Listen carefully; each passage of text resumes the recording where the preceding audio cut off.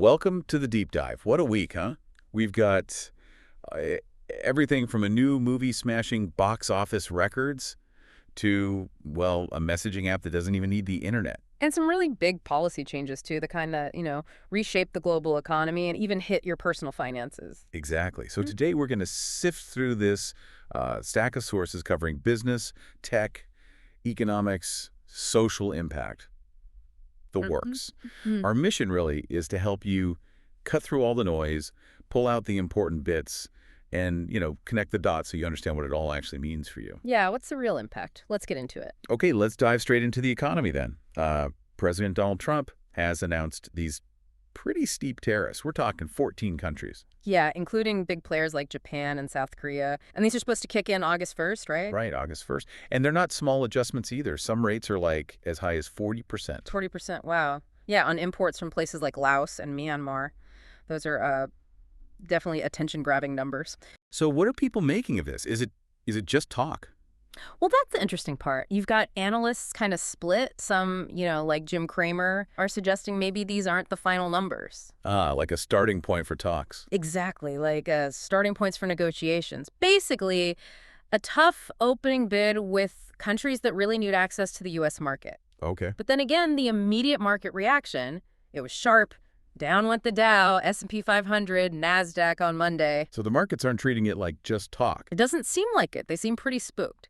Which raises the question, is this a major economic shift or more of a strategic play? It's a bit uncertain. And adding to that uncertainty, the White House press secretary, Caroline Leavitt, actually said more letters, extending tariffs, are expected soon. So the pressure could keep building. If it's a strategy, it's certainly a high-stakes one. Okay, let's shift gears a bit.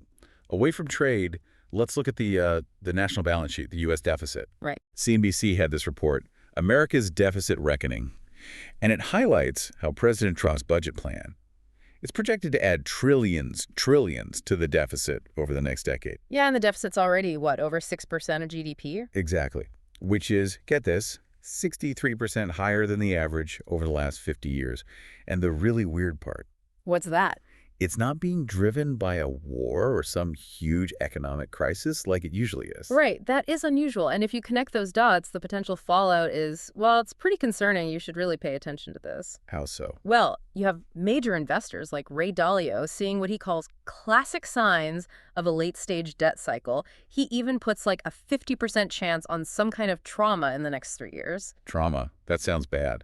What does that mean practically? It could mean a lot of things. A serious economic downturn, maybe, Yeah. impacting jobs, interest rates on your mortgage, your car loan, you name it. Okay. And economically, the risks include things like inflation, which we all feel, and also this thing called crowding out. Crowding out. Yeah, basically the government borrows so much money, it drives up interest rates for everyone. That makes it harder, more expensive for businesses to borrow and invest, which can slow down the whole economy, job creation, everything. And then there's the national security angle. Former Joint Chiefs Chairman Mike Mullen actually called the national debt the greatest threat to national security. Wow. Yeah, he pointed out that last year, for the first time, the U.S. spent more on interest payments on the debt than on the entire defense budget. More on interest than defense. That's a milestone you don't want to hit. Definitely not. And it limits the government's ability to respond to, future emergencies, too. And the clock is ticking, right? I saw the Penn-Wharton budget model gives the U.S. less than 20 years to sort this out. That's right. Less than 20 years before even really drastic measures like huge tax hikes or spending cuts might not be enough to fix it. And this must be weighing on the dollar, too. Oh, absolutely. The U.S. dollar just had its worst first half in, 52 years? Tumbled over 10% through June. 52 years. Yeah. All this policy uncertainty, the massive debt, it's definitely creating headwinds. You're even seeing central banks around the world buying up more gold as an alternative to holding U.S. assets. Okay, so tariffs, deficits. Let's talk about taxes now. Congress just passed President Trump's one big beautiful bill, as he calls it. Right. The one that makes the 2017 tax cuts permanent, adds a bigger SALT deduction, gives breaks for tips, overtime car loans. And creates that new tax advantage savings account for kids. Mm-hmm. But this also brings up a really important question about Social Security. How so? What's the connection?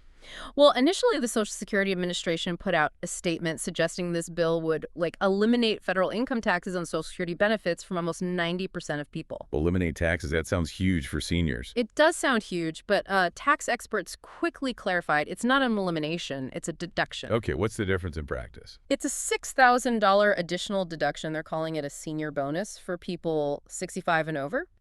So for most middle-income seniors, it means up to $6,000 of their income won't be taxed at the federal level. It reduces their taxable income. So it helps, but it doesn't wipe out the tax completely. Exactly.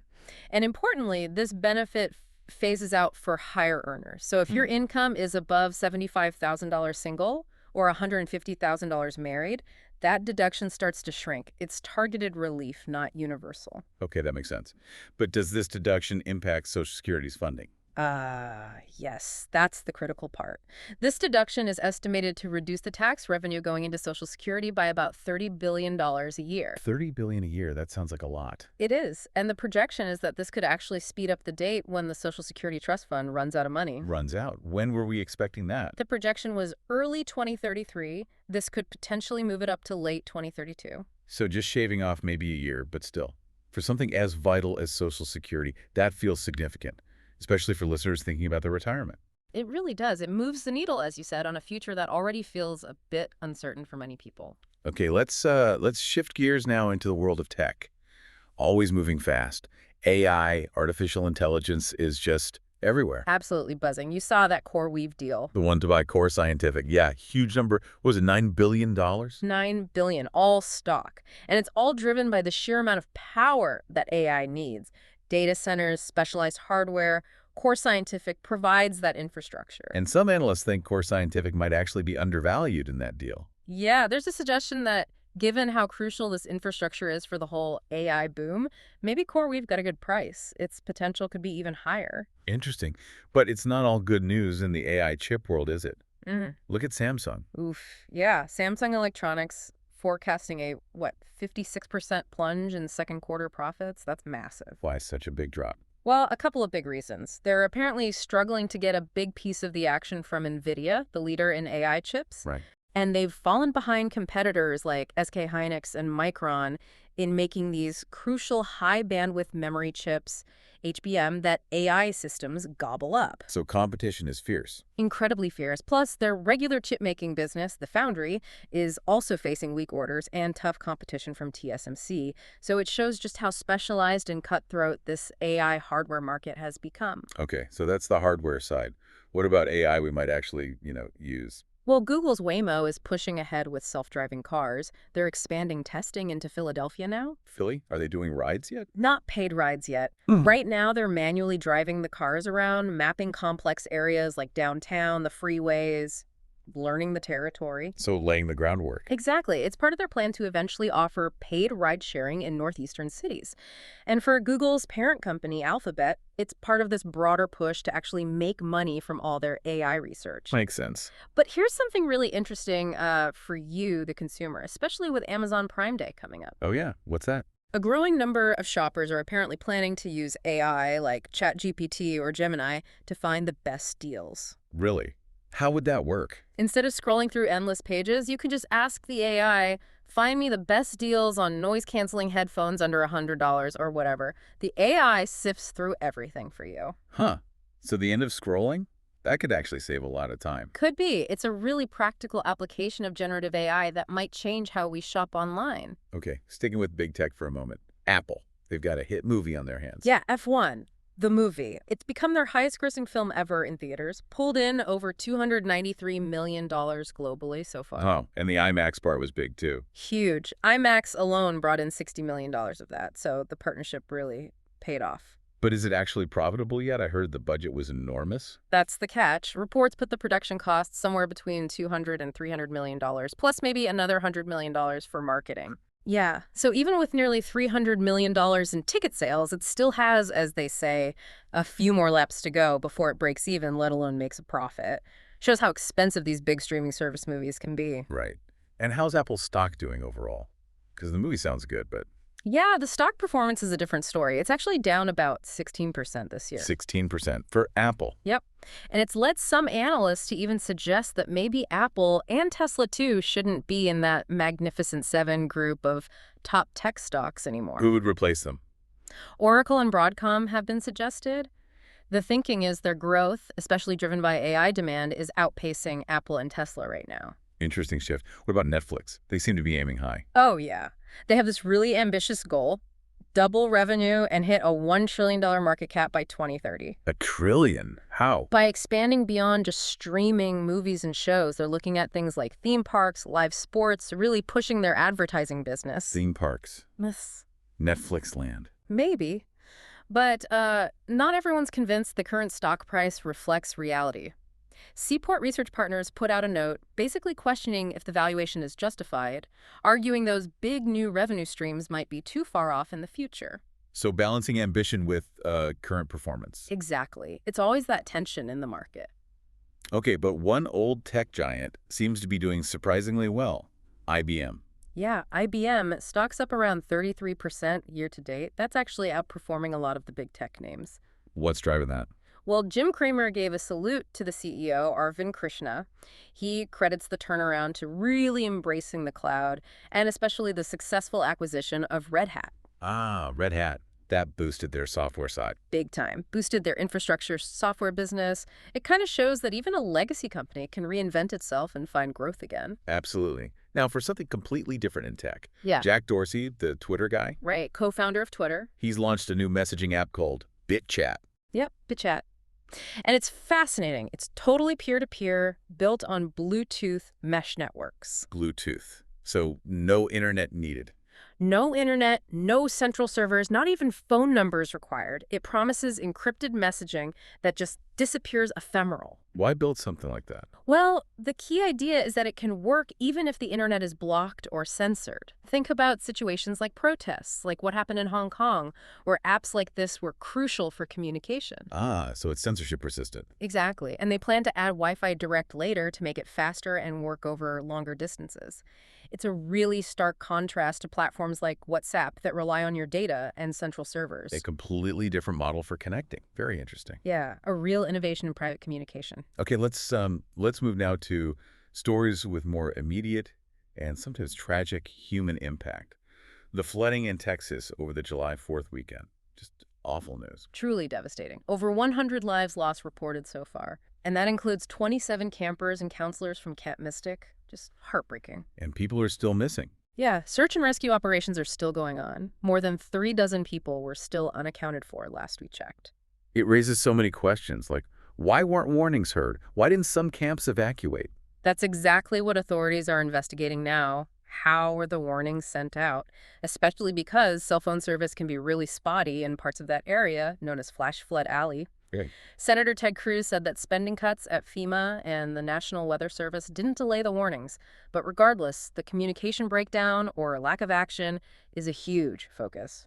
The president signed a major disaster declaration, plans to visit. It's a major tragedy. Definitely highlights the challenge of getting warnings out effectively in severe weather. Mm-hmm. We're also seeing some pretty significant shifts in the workforce. Yeah. There's this trend where American-born workers have actually accounted for all the job gains since President Trump took office. Yeah, I saw that. Their employment is up by over 2 million since January. But foreign-born employment, that's actually declined by over 500,000. Why the divergence? Well, reports link it largely to the administration's crackdown on illegal immigration. There's apparently increased fear of raids, leading to more absenteeism among foreign-born workers. And that's impacting certain industries. Seems like it. Industries that already face labor shortages, like construction and food processing, are reportedly feeling the impact. It shows that complex link between immigration policy and the day-to-day economy. Okay, shifting to corporate news. Dow Inc.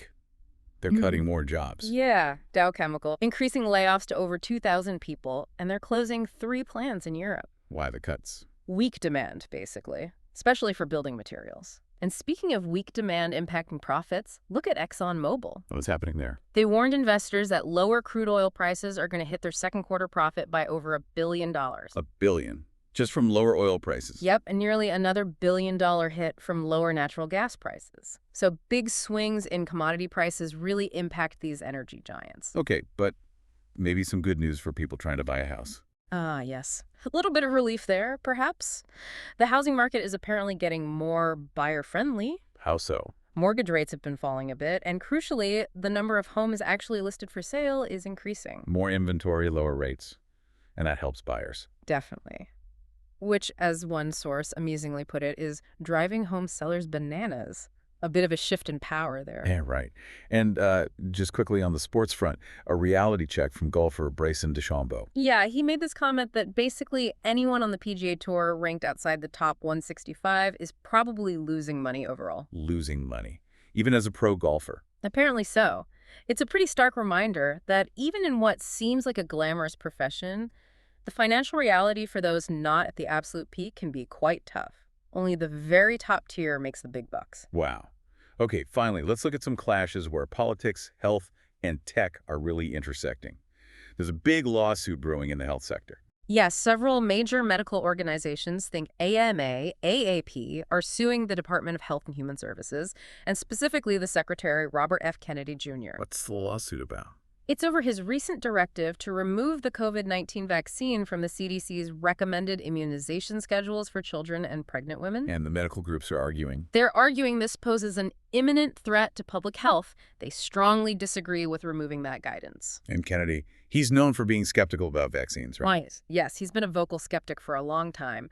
And related to this, he also took the pretty drastic step of firing and replacing the entire CDC Advisory Committee on Immunization Practices, ACP, all 17 members. Fired the whole committee. Who did he replace them with?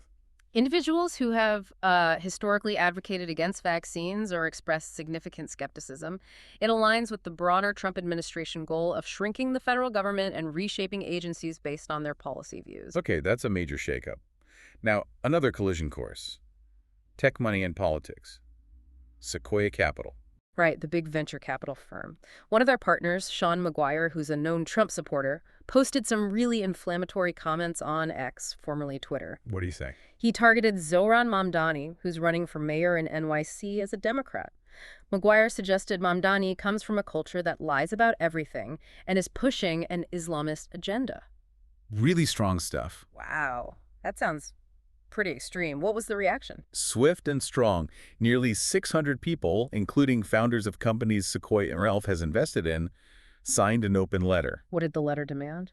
They called on Sequoia to condemn McGuire's remarks, apologize publicly, and put in place a zero-tolerance policy on hate speech from its partners. Did Sequoia respond? Or McGuire? McGuire, reports say, has remained defiant. It really highlights how public statements by powerful figures in tech can quickly blow up and lead to calls for accountability from within the industry itself. Yeah, a real flashpoint. And finally, Elon Musk. He's starting a political party. He announced it, yeah. The America Party. The America Party. Okay. How did the market react to that? Not well. If you're a Tesla shareholder, Tesla shares dropped almost 7% right after the announcement. 7%. Why such a big drop just for announcing a party? Well, it wiped out something like $68 billion in market cap. Investors are clearly worried. Worried about what specifically? That his increasing political involvement is becoming a major distraction, pulling his focus away from running Tesla and SpaceX. Makes sense. What did President Trump think of Musk's new party? He apparently called the move ridiculous. Ridiculous. Okay. Yeah. And interestingly, this little clash between Trump and Musk actually gave a boost to the stock of one of SpaceX's rivals, Rocket Lab Corp. Huh. So unintended consequences even in stock movements. Exactly. Shows how interconnected and sometimes unpredictable these high-profile actions can be. Okay. We have covered a lot of ground today. Yeah. We've really seen how these big global political decisions like tariffs ripple through financial markets. And how tech leaps, like with AI and that BitChat app, are changing industries, but also our daily habits. And how individual actions, whether it's from health secretaries or tech VCs or CEOs, can spark these much broader societal debates and have real-world consequences. Absolutely. So thinking about everything we've discussed, the economic shifts, the tech advancements, the climate events, like the Texas flooding, the workforce changes. If you had to pick one single underlying trend that you think will define the next year more than any other, what would it be? And maybe the tricky part, how might it show up in a way we're not really expecting yet? Wow, that's a tough one to end on. One single trend.